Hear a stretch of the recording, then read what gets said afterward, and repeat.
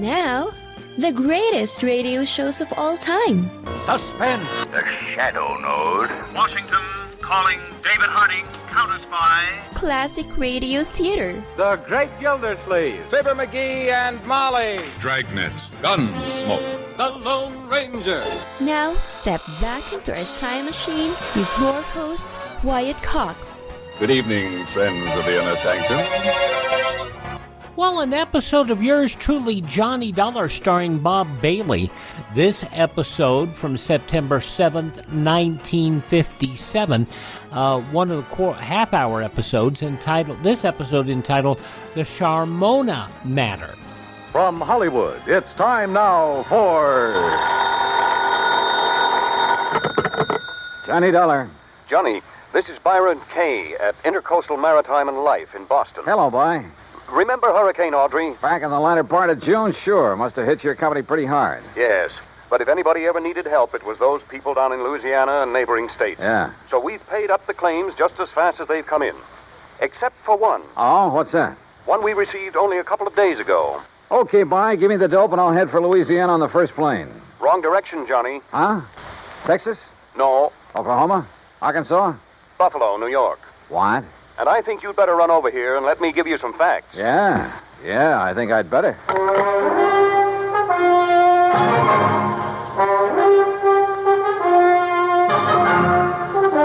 Bob Bailey in the exciting adventures of the man with the action-packed expense account. America's fabulous freelance insurance investigator. Yours truly, Johnny Dollar.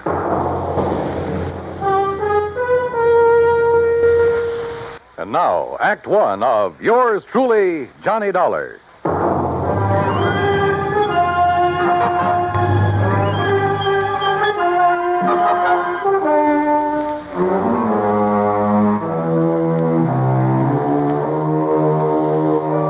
Expense account submitted by Special Investigator Johnny Dollar to the Intercoastal Maritime and Life Insurance Company, Boston, Massachusetts. Following is an account of expenses incurred during my investigation of the Charmona Matter.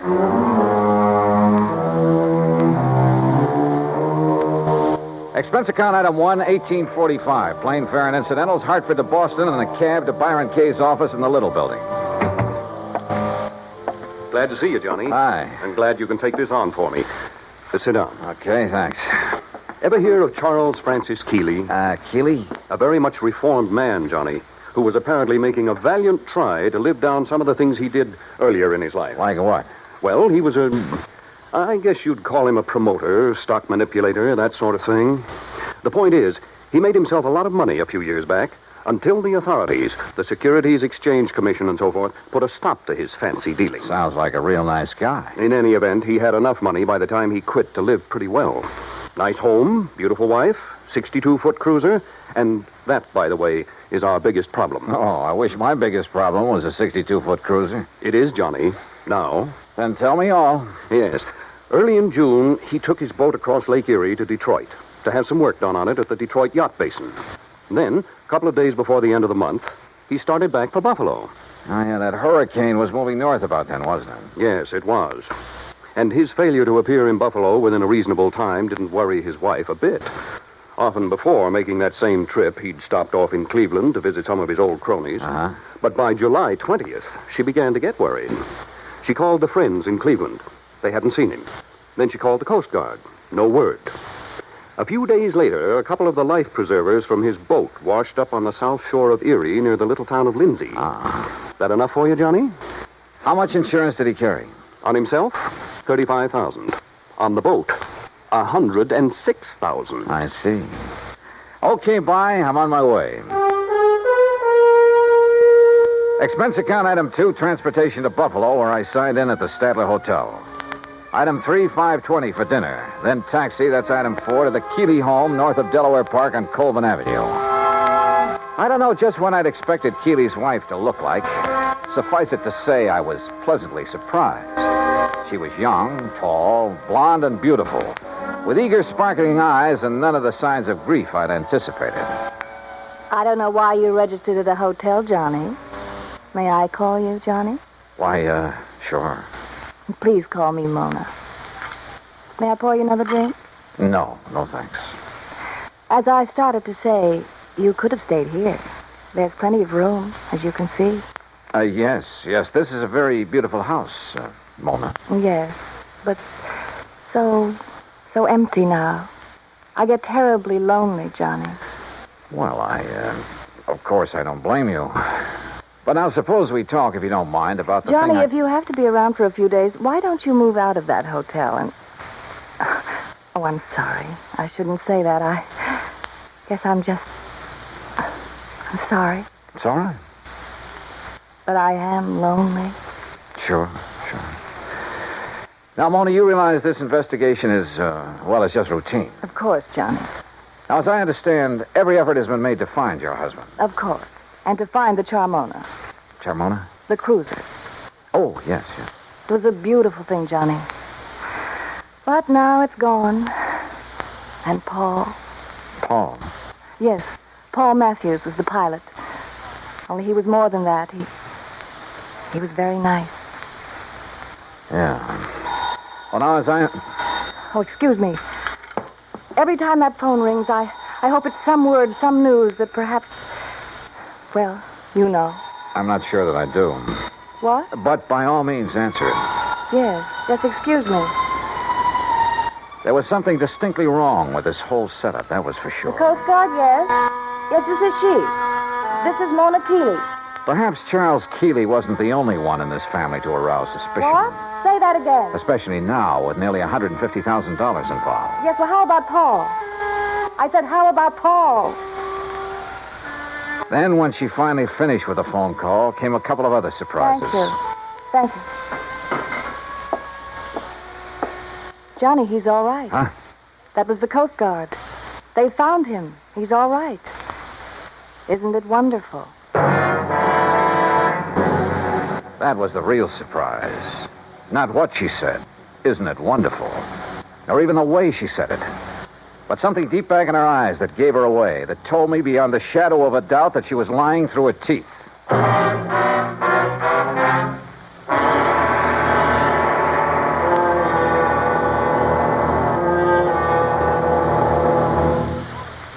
Act two of yours truly, Johnny Dollar, in a moment. From September 7th, 1957, yours truly, Johnny Dollar, on Classic Radio Theater with Wyatt Cox. You know, it's true. Difficult times have a way of focusing us. We have to think about what matters most when it comes to our spending, our health care. No doubt. This is why so many people are joining Medi-Share right now. Medi-Share is a trusted way to save up to 50% on your monthly health care costs. More than 400,000 people have already made the switch. It's pretty obvious why, too, especially now during this challenging season with healthcare costs and out-of-pocket expenses going up. Medi-Share can save you a lot of money. The typical family saves $500 a month. And Medi-Share is a Christian healthcare sharing ministry that's worked beautifully for 29 years. There are different options to choose from to fit your budget. I'll give you the number here in a second, and if you call, you can get a price within 2 minutes. Maybe now is the perfect time to make the switch and start saving. Here you go. Call 833-34-BIBLE. That's 833-34-BIBLE. 833-34-BIBLE. Now on Classic Radio Theater with Wyatt Cox, the conclusion of yours truly, Johnny Dollar, September 7th, 1957. And now, Act two of yours truly, Johnny Dollar, and the Charmona Matter.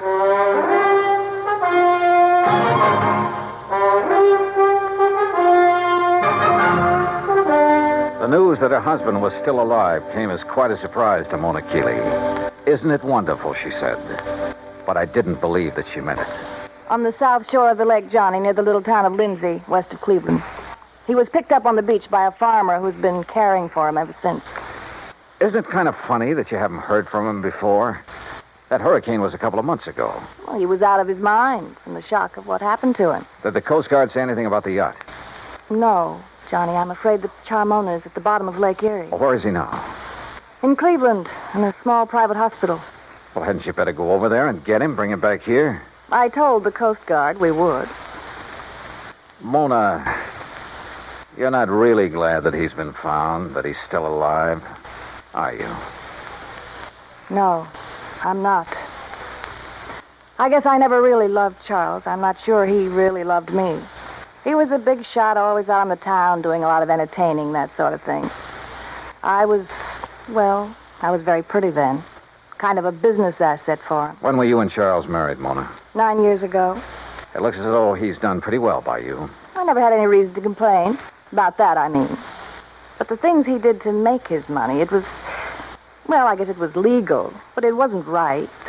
It was almost like stealing, the way he promoted a lot of worthless inventions, penny stocks, worthless real estate, that sort of thing. But he always did all right. And you. Well, who worries about conscience when things are going well? A lot of people, Mona. But then they made him stop the things he was doing. And Charles became very strange. He took up religion like a fanatic. Oh? Kept giving his money away to a lot of crazy charities. Money I could have used. And he got moody. He'd go off alone for weeks at a time, pay no attention to me. That's what I meant when I said I was lonely, Johnny. Not just since the accident that lost the boat and Paul. Paul again, huh? Don't you understand? These crazy things have been going on for over a year now. That's why I'm not jumping with joy that Charles is alive. Do you blame me? Hadn't we better drive on over to Cleveland and get him? All right. I'll run upstairs and change my clothes. Excuse me, I'll be ready in a minute. Maybe I should have felt a bit more sympathetic, but I didn't. Maybe Charles Keeley did marry her simply because he could afford to keep a smart, pretty ornament around at his beck and call. Yeah, but the chances were she'd married him solely for the things his money could buy her. She took a long time changing her clothes, which didn't surprise me, so I poured myself a drink. I glanced over some of the magazines on the coffee table. I got up and stared out of the window for want of something better to do. Wandered about the room. Wandered into the oak-paneled den. I looked over the shelves of fine books, the gun collection, and the cabinet in the corner. And almost idly, I reached out toward the leather-topped desk to shove back a slip of paper that stuck out of one of the drawers. Until I saw what it was. It was an unpaid bill, several months old, from an exclusive New York shop for some very expensive gowns. And inside, the drawer was packed with unpaid bills, thousands of dollars worth of them, and statements bearing a polite, firm warning to pay up or else. No wonder Keeley's sweet, charming wife had hoped she'd never hear from him again. Gone, he was worth $35,000 to her, and the yacht $106,000. Perhaps somehow Mona Keeley had even had a hand in the wrecking of that yacht. I wondered. And I decided I didn't care much for people like this. But my meditations were suddenly interrupted by a sound from the doorway. And there she stood. A pretty little pearl-handled .25 caliber Colt in a dainty gloved hand. I'm ready, Johnny. Are you? So I see. Ready for what, Mona? I guess that depends, doesn't it?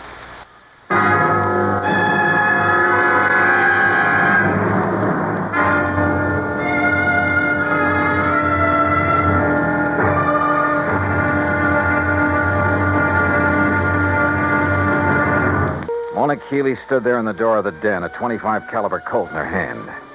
For she'd caught me going through the drawer of a desk, through papers that showed only too clearly why the loss in a storm of a $100,000 yacht might well have been carefully planned. Why she wished that her husband had gone down with her. You shouldn't have done it, Johnny. You shouldn't have looked in that desk. Pretty good proof, isn't it, Mona, that the wreck of the Charmona was no accident. I don't know how your husband worked it and still managed to get back to shore alive. You don't know what you're talking about. But he almost didn't make it, if what you've told me is the truth. Maybe that's because he didn't anticipate that the storms from Hurricane Audrey would hit Lake Erie. Maybe it's because... Well, we'll soon find out.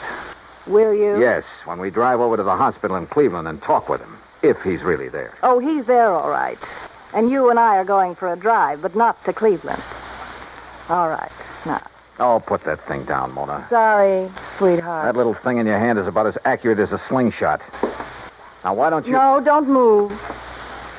I still don't get it, though. Oh? What? And I'm sure you must have been in with your husband on his deliberate sinking of the yacht.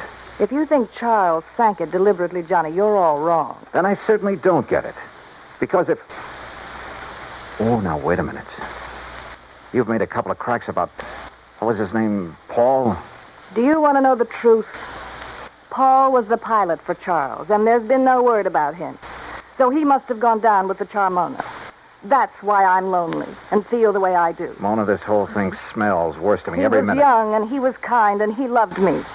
I was glad when they found that Charmona had gone down, because the money for it would be mine. And I could get free of Charles, and Paul and I could... That's why I hoped Charles was gone. Yeah, another $35,000 for you. You're about the crummiest lot I've ever run into. Look at this, Mona, here on the desk.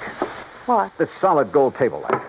What about And it? there beside you, that expensive mirror. What are you talking about? Well, look. Why did you do that? To get this gun away from you. No, you... Oh, you... A lot of good this would have done you with the safety on. I'll kill you for this, Johnny. No, I don't think so. And I don't think the police would like it if you try. Oh, no. Do you think they'd blame me for trying to stop you from going through the papers in my desk? For shooting you? No. Wait. I didn't mean that. I couldn't have shot you, Johnny. Johnny? Before we go, is there anything you'd like to tell me? Go? Where? Is there anything you'd like to tell me about why Charles really sank the Charmona? No. And I don't think you'll ever know how and why the Charmona went down. Want to bet? No, stay right there. Now I've got the gun, remember? Hello? What? Charlie? No. This is a friend of the family. Oh, well, this is Harry Nelson. You gave me a real start. I thought Charlie'd come back from his watery grave. He has, Mr. Nelson. What? Yes, he's in a Cleveland hospital. He's okay. Oh. Well, then I'll talk to him when he gets back. You see, I'm the man who was going to give him $98,000 for the Charmona when he got her back from Detroit. Oh, yeah, sure. But since the Coast Guard tells me she was a complete loss, well, naturally, I think I ought to have my deposit back. I'm sure you'll get it, Mr. Nelson. Yeah, okay, Mr. What did you say your name is? Bye. Who was that? Someone who threw some very interesting light on this whole matter. Come on. Where? Our little drive, remember? To Cleveland. During the 5-hour drive to Grace Hospital on the outskirts of Cleveland, I questioned her, using every trick I could, but she refused to talk. The theory that Charles Keeley had deliberately sunk his yacht had gone up in smoke. If he had a buyer for it, he wouldn't need to try to collect the insurance on it. But I still knew the whole case was anything but lily white, and hoped that Keeley could explain a few things. When we arrived at the hospital, there was a police lieutenant in Keeley's room and a stenographer. When she saw them, Mona gasped slightly and sank into a chair, to which the lieutenant promptly handcuffed her. As Charles Keeley talked, the whole case became crystal clear, and at the same time about as sordid as anything I'd ever heard. I should have realized what was up when Paul Matthews suddenly refused to make the trip back to Buffalo with me. He was my pilot, Lieutenant. I phoned the Coast Guard about him as soon as... Yes, sir. It was on the Coast Guard's tip that we ordered Paul Matthews picked up. Picked up? Then he's all right. Shut her up, Lieutenant, or get her out of here. As I started to say, they not only picked him up, but found where he bought the various parts for the little device he used. Good. Device? What are you talking about, Lieutenant? Let me tell him. Sure, go ahead, Mr. Keeley.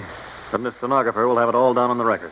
I should have known what was up when Paul suddenly decided not to go back with me just before sailing time. You see, I've suspected for some months that he and my wife behind my back... Charles. Shut up, you rotten little... Go on, Mr. Keeley. I should have known then, but I had to get the cruiser back to Buffalo to a friend who'd offered me cash for it. Harry Nelson. Yes. Enough to get me back on my feet again. And I didn't know why Paul had left me to make the trip alone until the explosion about 5 hours out. What? Yes, Mr. Dollar, up forward, where there couldn't possibly have been anything explosive. A bomb of some sort? What else, Dollar? It was luck, sheer luck, that I was sailing in close, that I'd put on a life preserver because of the storm. That was the tail end of the hurricane down south, you understand? Yes, and it was luck that she went down right off Palace Rock. Yeah, that's exactly where the Coast Guard divers found her early this morning. A hole as big as a house blown out of her front end. Yes, that storm, that hurricane may have taken a lot of lives, but it saved mine.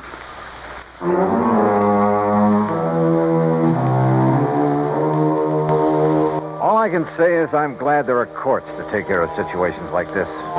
I myself would hate to have to dirty my hands any further. Yeah, it probably does take all kinds to make a world. But but believe me, the world would be a lot better off without some of those kind. The claim on the yacht, sure, it'll have to be paid. And to a man I honestly think is trying to live a decent life for a change. Expense account total, including incidentals and the trip back to Hartford, $103.80. Yours truly, Johnny Dollar.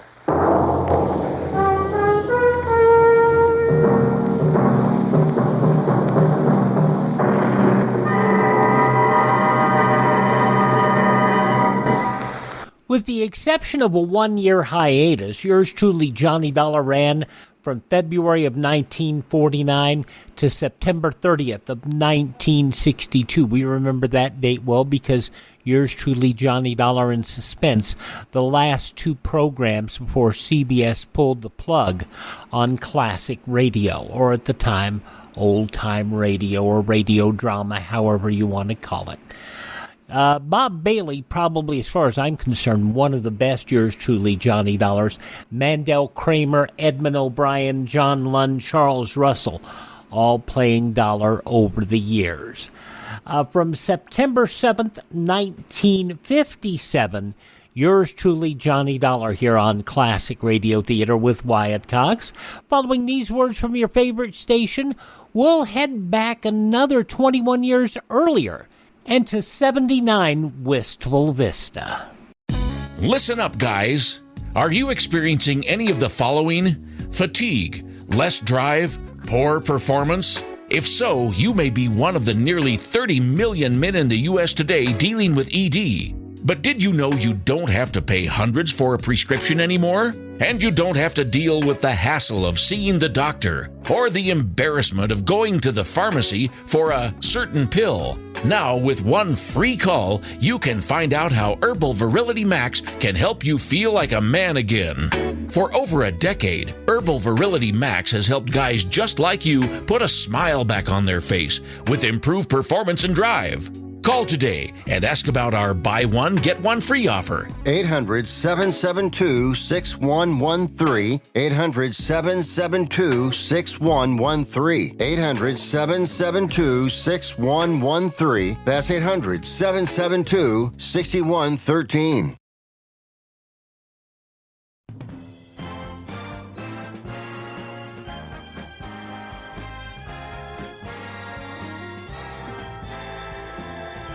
Now on Classic Radio Theater with Wyatt Cox, we head back to a very early 79 Wistful Vista. Although, actually, I don't think we're at home in this episode of Fibber McGee and Molly.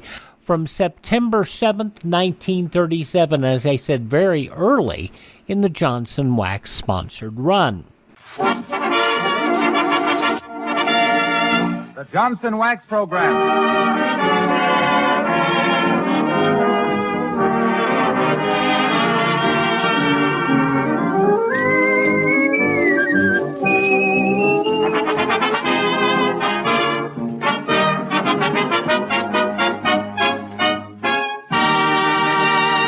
Good evening, everyone. The makers of Johnson's Wax present Marion and Jim as Fibber McGee and Molly.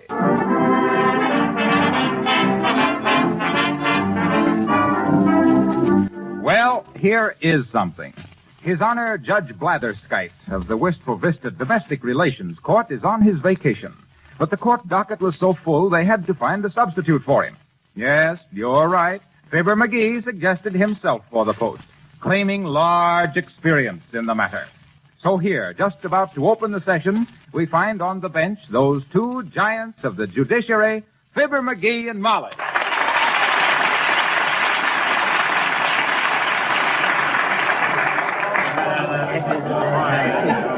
Hey, be quiet. Knock, knock! Who's there? Quiet, I just says that because I can't find the dad-ratted gal. Oh, here he is. Oh, thanks. Now. Shall I call the first case, McGee? Shoot, who is it? Mrs. Petunia J. Verse, suing for divorce from Vernon V. Verse, the poet. Okay, first case. Verse versus Verse. Party, step to the bench, please. Now then, sis, what you want to leave Vernon for? He's a poet. Oh, I see. You want to get rid of him just on account of because of him being a poet? Yes, I do. Well, that don't hardly seem reasonable, Judge McGee. No, Mrs. Judge McGee, it don't. Listen, sis, Tain't judicial, legal, moral, or natural for you to want to leave your husband just on account of because he's a poet. I should say not. Look, Judge, here's one of his poems. Oh. Will Vernon Verse step up to the bench? You read it first, Verse. The night rides by on silver saddles. Oh, The moonlight glints on many paddles. The cowboys are always chasing cattle, while the fleeting moment just gets rattled. There.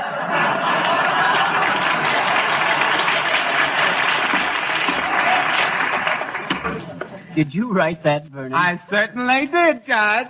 Divorce granted. Next case. Who's next, Molly? Mr. Elwood, the third. The third what? The third Elwood, Ignorant. Will Mr. Elwood step up to the bench? Oh. Hi, Bud. You Elwood? Yes, sir, that's me. I want you to do something about my boy. Well, what's he done? Well, he's always borrowing money from me. He won't live on his allowance. Why, just today, come to me and wanted $100 to bet on a horse. What horse? Scrumbum the third at Aqueduct. Get that, Molly. I got him, indeed. Scrumbum the third. Go on, Mr. Elwood. I want restraining orders. He's got to quit hitting me for money. Bailiff, take this man outside. Lay him down, loosen his collar and his belt, and put ice packs on his head. Keep him quiet and give him artificial respiration. Yes, sir, Your Honor. Come on now. Come on, what you doing here? Heavenly days, McGee. What was that for? Did you catch on, Molly? He was suffering from a touch of the sun. Next case. Robert Burns McTavish. Mr. McTavish to the bench. McTavish, you swear to tell the truth? Aye, Toots. What do you mean, toots? And don't say aye, say yes. Aye, lad. I give an eye for an eye and a toots for the truth. What was it you wanted, Mr. McTavish? I'm wanting the advice of the court, Your Honors. It is about the little woman. She threatens to leave me because I walked out of a moving picture show. Mary of Scotland. But I couldn't help it, Your Honor. I was suffering. Suffering from what? Heartburn? No, hepburn. Well, I advise you to make up with her, Sandy. Take her to see Anthony Adverse. Case dismissed. Get that down, Molly. Sure. Case 796B, McTavish. Adverse decision.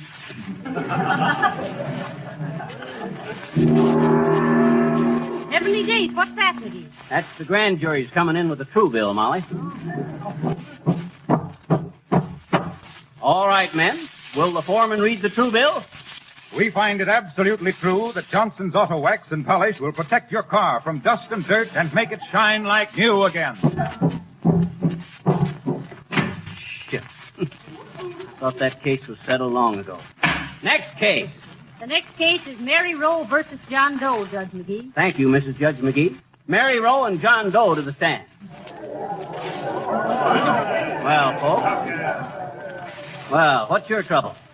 Well, my stars, Judge, he knows I'm a Democrat, and he spends the whole day long cutting out sunflowers out of yellow fells. Goodness, I don't know what to do. Oh, we can't let politics bust up a happy home. Now, let me think of it.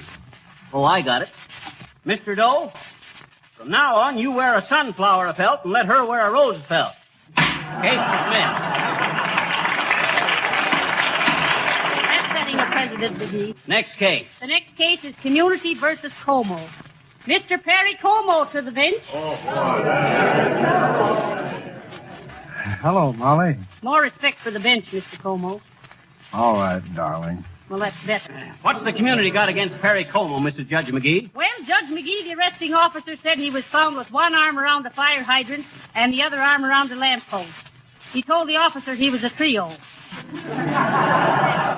that true, Perry? I forget. Oh, now, come. You did do that, didn't you? I forget. What night was this, Perry? I forget. What were you singing? I forget. Bailiff, take this man out. I remand him to the custody of Ted Weems for this next musical number. What's the number? I forget. What is it, Como? Did I remember?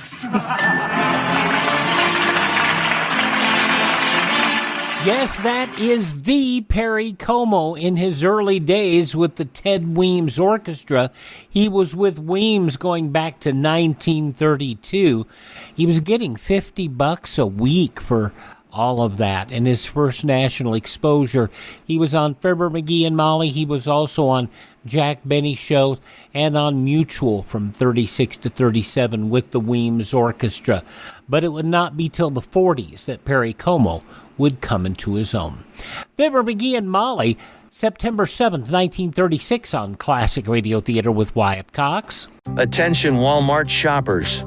Now you can order one of the most advanced hearing aids on the market for hundreds, not thousands of dollars. Hearing Assist's most advanced product lineup includes models that use an exclusive app for enhanced control over what you want to hear. It's perfect if you have a smartphone or iPhone to hear everything better. And we have two great ways for you to get one. You can call the number at the end of this ad and order directly. Or you can call this same number and we will text you a complete list of Walmart Vision Center locations. We make it easy for you to hear better. Remember, call this number today to order and have a text message instantly sent to your phone to find the Walmart Vision Center near you. Here's that special number. Call 800-360-0597. 800-360-0597. 800-360-0597. That's 800-360-0597. Now on Classic Radio Theater with Wyatt Cox, we've had numerous requests, but we're going to finish up Fibber McGee and Molly anyway. September 7th, 1936.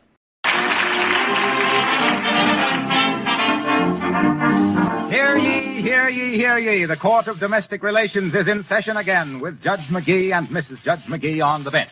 Next case. What's the next case, Mrs. Judge McGee? The next case, Judge McGee, is Jackson versus Watson. Breach of promise. Parties in court?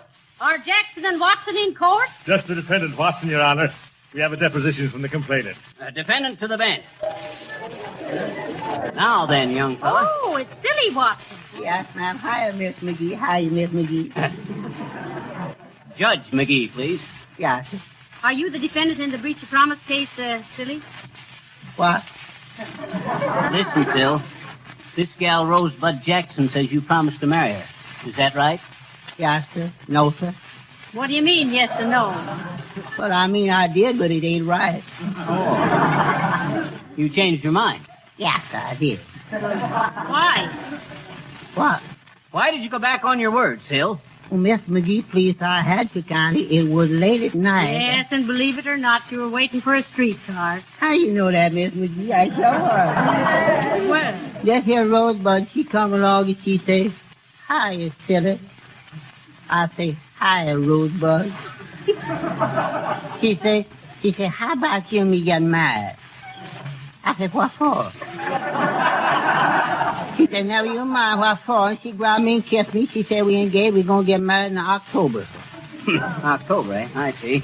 Going to make you the fall guy. Oh.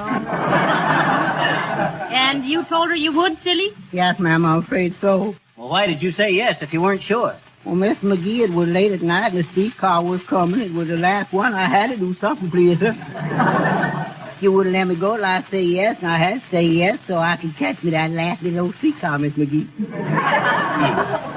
Looks like a clear case of habeas corpus, Molly. Well, let's give it to Nolly Pross. Oh.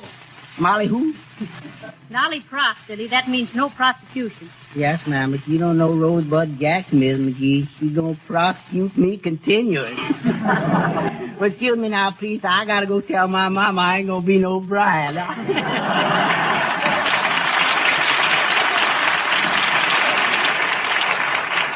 Next case. Attention, everybody. Court's in session. What's the next case, Mr. Judge McGee? Just a minute, Judge McGee. Oh, yes.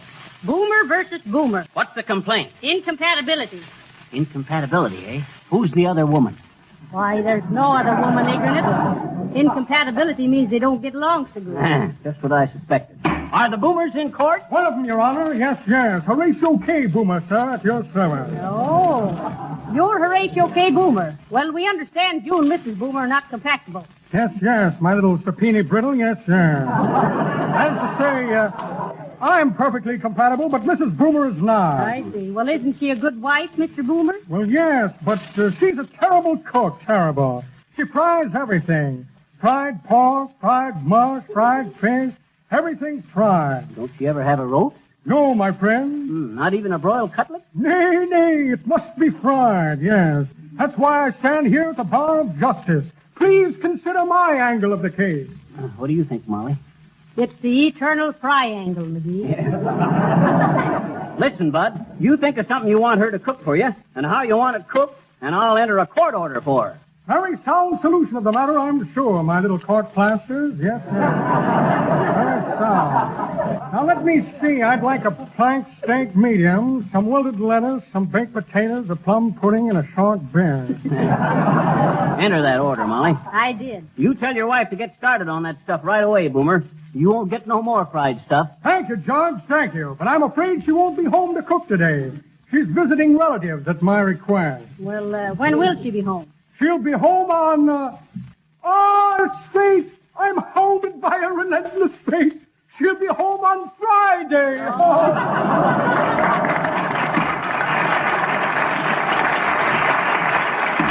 Next case. Who's next, Molly? Well, Hattie Homebody versus Homer Homebody. Wants alimony. What ground? Well, she says she's so busy with her housework, she never has any fun. The Homebody's in court? No, Your Honor, but I'm counsel for Mrs. Homebody. Oh, hello, Mr. Wilcox. Hello, Molly, baby. Your Honor.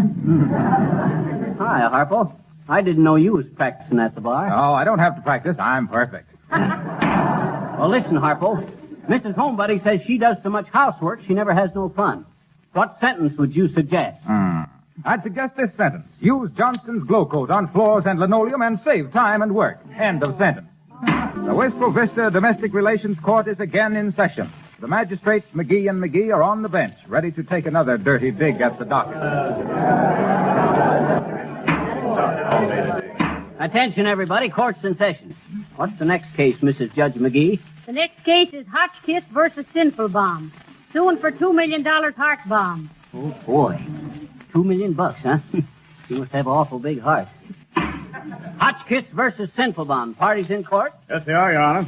Want them both? No, send Mr. Sinful Bomb up first. Mr. Sinful Bomb to the bench. Mr. Sinful Bomb. That's me. Hello, Judge. Hello. You Solomon Sinful Bomb? Positivo. Well, you're being sued for $2 million heart bomb, Mr. Sinful Bomb. Have you anything to say? I certainly have. What is it? Did you bust this little gal's heart, Sinful Bomb? Her what? Her heart. Don't be silly. If she had a heart, would she be suing me? Well, there's something in that, too, Molly. Don't you love her, Mr. Sinful Bomb? Phooey. She's already having 12 husbands. What? One at a time, I mean. Oh. And I'm refusing to make myself unlucky with 13. No, I don't blame you, Bud. She's been married 12 times, Every day, 12 times. Positivo. A banker's dozen. You see, Judge, when she first suing people for heart bombing, she wins the case. Mm-hmm. She was so happy she married the jury one by one. Oh, she's so fascinating, Judge. I was bewitched. But now I am busting the spell. Sounds like she's a gold digger to me. Well, you go sit down, Sinful Bomb. Peggy Hotchkiss to the bench. Peggy Hotchkiss. Says here that she's a Follies girl, McGee. Here she comes, Molly. Get a load of the lace stockings. Boy, what a figure. Hey, maybe I better interview her in the judge's chamber. She might be sensitive. Huh? No, well, if she is, it's time she got over it. 12 husbands. All right now, sis. Just make yourself comfortable. Don't be nervous. Are you Peggy Hotchkiss? Are you Peggy Hotchkiss, the Follies girl? Hey, you, sis. Raise your head. I want to see your face. All right, Skippy. Do I get my $2 million? Well, for the... Hey, Grandma, are you Peggy Hotcha? Not Hotcha, Sonny. Hotchkiss.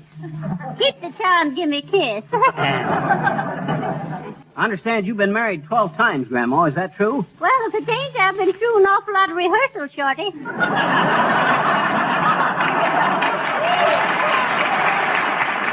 Order in the court. Seems to me you ought to found one of them to make you happy. What you suing old Sinful Bomb for? $2 million. You know that. I know, but how could he bust your heart $2 million worth? Yes, heavenly days, he's got a beard down to his waist. Why, sure. You wouldn't want a mug with a beaver like that, would you, Grandma? Well, that's why I love him, Sonny. Huh? His beard just tickled me to death. Why? Well, when I saw his jawgrass, I says to myself, I says, Peggy, I says, there's one man who won't wipe his razor blades on your guest house. Judgment entered. $2 million. I think you got something there, Grandma. Next case.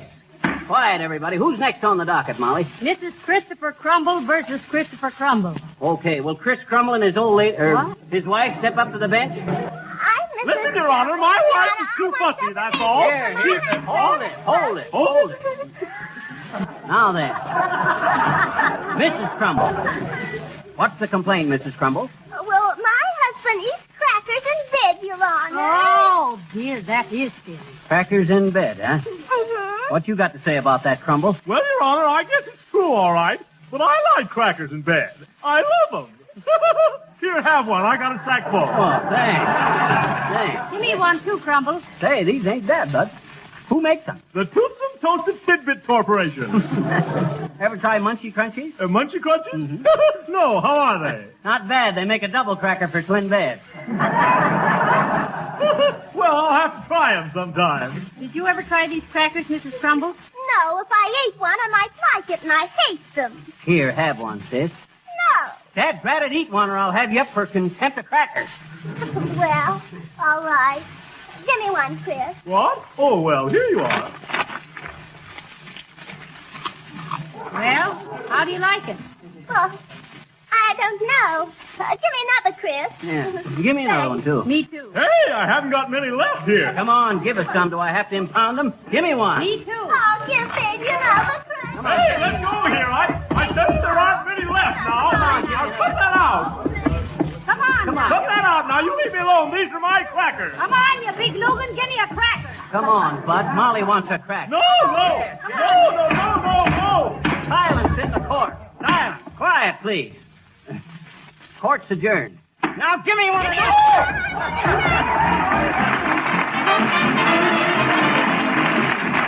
Well, Judge McGee, you certainly made some fine decisions today. Thanks, Mrs. Judge McGee. I thought so, too. Your father was a judge, wasn't he, Molly? Why, sure he was. Oh, I can see him now, sitting up there on the bench, sipping his iced coffee and listening to the lovely perjury. Iced coffee? Why, shucks, iced coffee. That's no hot weather drink, Molly. Did he ever try gin and ginger ale? No, but he tried lots of people who had. Good night. Good night, all.